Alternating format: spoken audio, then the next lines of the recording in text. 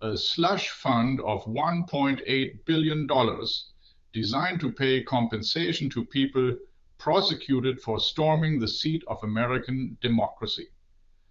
That was the plan, and it took an act of political survival to make it disappear. From Berlin, this is the kind of story that makes a European rub their eyes.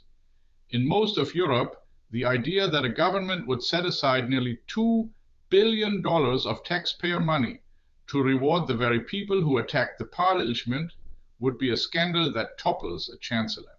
In Washington, it was simply a proposal on the table until last week. Here is what happened. The acting United States Attorney General Todd Blanche announced on the platform X that the compensation fund is now cancelled, without legal force or effect. The fund was meant for so-called victims of politically or ideologically motivated prosecution by the state.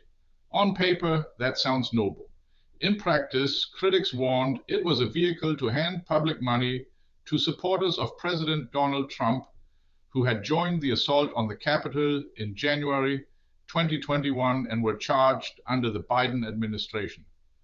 Trump had already pardoned many of them after returning to office in 2025.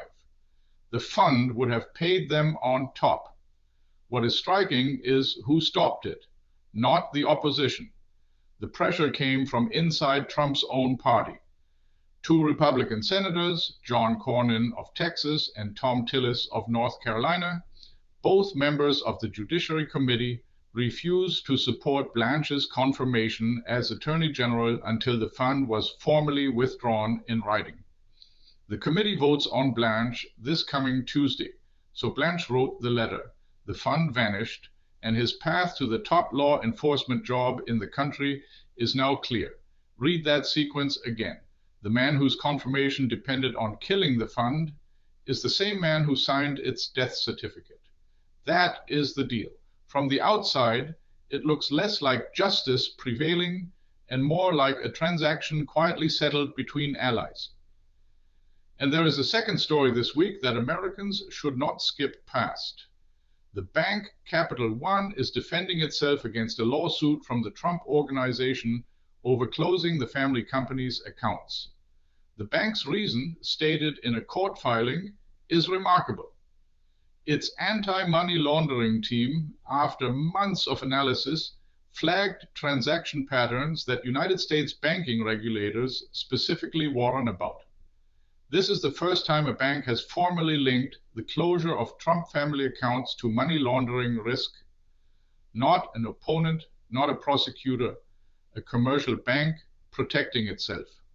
Stand back and the pattern is clear. A president who pardons his own rioters, who nearly paid them from the public purse, whose company's own bank considers it a compliance risk. In Europe, any one of these would dominate the headlines for a month. In America, they scroll past as 3 lines in a news blog. The fund is off the table now, but the question of what nearly went onto it and who almost cashed the check does not disappear so easily. That's the view from here. What does it look like where you are? Drop it in the comments and subscribe for the perspective American media won't give you.